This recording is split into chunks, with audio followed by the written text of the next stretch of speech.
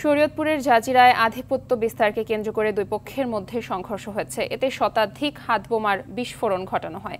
সকালে উপজেলার বিলাসপুর ইউনিয়নের দুর্বাডাঙ্গা এলাকায় এ ঘটনা ঘটে। তবে এখন পর্যন্ত হতাহতের খবর পাওয়া যায়নি। স্থানীয় পুলিশ জানায়, বিলাসপুর ইউনিয়নের চেয়ারম্যান কুদ্দুস ব্যাপারী ও স্বেচ্ছাসেবক লীগ নেতা জলিল মাতবরের সমর্থকদের মধ্যে আধিপত্য বিস্তার নিয়ে দীর্ঘদিন বিরোধ ছিল। এরই ধারাবাহিকতায় সকালে দুর্বাডাঙ্গা এলাকায় তুচ্ছ ঘটনাকে কেন্দ্র করে উভয় পক্ষের সমর্থকদের মধ্যে সংঘর্ষ হয়। এ সময় শতাধিক হাতবোমার বিস্ফোরণ ঘটানো হয়। পরে আইনশৃঙ্খলা বাহিনী গিয়ে পরিস্থিতি নিয়ন্ত্রণে আনে।